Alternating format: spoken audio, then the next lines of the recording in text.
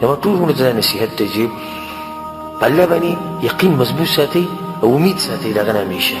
یو حدیث کې راځي رسول صلی الله علیه وسلم وایي الله وایي، دې حدیث ته غوږ کېږدئ، الله وایي انا عند ظن عبدي بي،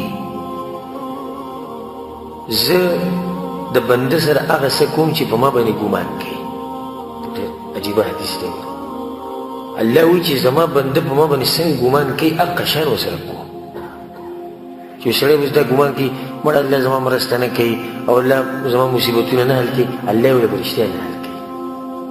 او چې د سړي په الله باندې ښه ګمان وي چې نه زما سره زما رب دی، هغه زما ملګرتیا کوي، هغه زما مسلې حل کوي، د هغه سره په رابطه کې د هغه سره په تعلق کې ته څه وایي چې دې سړي سره به الله څه کوي، هغه څه به کوي کوم چې د ګمان دی. الله نه به نه امیده کېږي چېرته نه. داسې وشي کله کله چې دروازه لږ لیټ کولوي، دروازه سړی ټکوي که نه، نو دروازه اکثر داسې وشي چې دروازه لیټ کولوي. خو دا درته ووایم دروازه ټکول به پرېږدې نه، دا ټکوه او دا د ګرنټۍ سره ته یم چې وخت به داسې راشي دا دروازه به کولو شي. خو دومره ده چې دروازه ټکول به نه پرېږدي. که دروازه ټکول دې پرېښودو نو بیا دروازه کولولی نه شي. تا ته د رب العالمین هغه ته د اسمان دروازې ټکوه، دعاګانې ورته کوه، چغې ورته وهه، رابطه ورسره ساته. دې کې د الله حکمت وایي چې ستا خبره کېدای شي چې ستا دعا الله قبوله نه کړي په یو وخت کې. په یو وخت کې هغه مصیبت په تا باندې پرېږدي. دې کې د الله حکمت دی. حکیم ذات دی، هغه په خپل مخلوق باندې ظلم نه کوي. نو تا باندې چې کومه سخته راوستې، تا باندې چې کوم مسله ده په دې کې یو غټ حکمت چې ته به خبر نه، وروسته به دې خبر شي، وروسته به دې خبر شي. او که په دې دنیا کې دې خبر نه شي نو په کوم ځای کې به دې خبر شي؟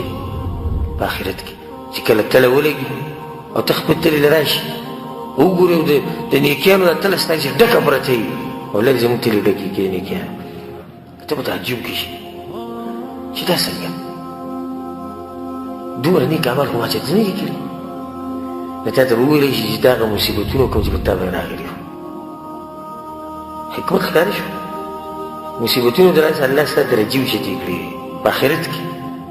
نو دا دروازه په مخه ټکوه او د رب العالمین سره رابطه مه ختموه.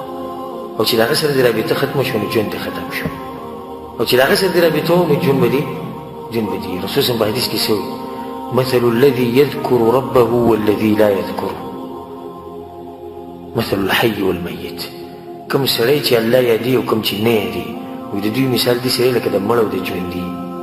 مړ او ژوندی دا چې د یو شی دی، مړ او ژوندی یو شی دی نه وي.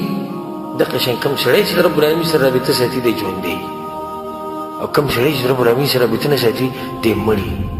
نو د الله سره رابطه ډېر عجیبه آیت دی. الله سبحانه وتعالی څه وایي؟ فاعبده وتوکل علیه. د الله بندګي کوه او په هغه باندې ځان وسپاره، هغه ته خپل معاملات ورکړه. ښایي الله که زه تا د خپل عمل او خپل هر څه زه تا ته وسپارم او خپل ځان تا ته وسپارم، ته به بدل کې ماله څه راکړې؟ جواب الله په قرآن کې ومن یتوکل علی الله فهو حسبه.